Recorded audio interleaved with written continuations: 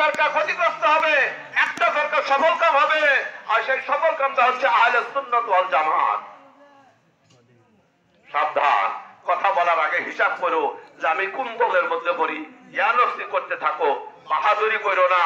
আর আমরা যারা সুন্নিয়তের মধ্যে আছি, আমরা যদি ঐক্যবদ্ধ হই, আমরা যদি সামনে কাতারে বসি, আজকে আমাদের একটা দোষ আছে, ও ভাই এটা স্বীকার করি, আমরা মসজিদে যেতে চাই না, মসজিদে কম যাই। আমরা মসজিদে যদিও যাই, তাহলে পিছের কাতারে বসতে চাই, সামনে কাতারে বসতে হবে। এখন বলেন তো, আমরা আজ থেকে মসজিদে গেলে সামনে কাতারে বসবো তো ইনশাআল্লাহ? কে কে বলবো সামনে কাতারে? আমরা সামনে কাতারে বসবো। কেন বলবো?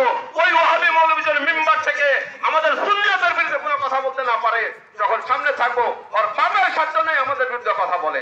ওই দূরে থাকি তো, খালি মাঠে উলু বনে খারাস রাজা হইলো কি খারাস, উলু বনের রাজাকে খারাস। ওরা মনে করে সুন্নিয়তের তো কেউ নাই, আমি একলাই 100, যা মনে তা তাই কয়, এইটা আর পারবে না।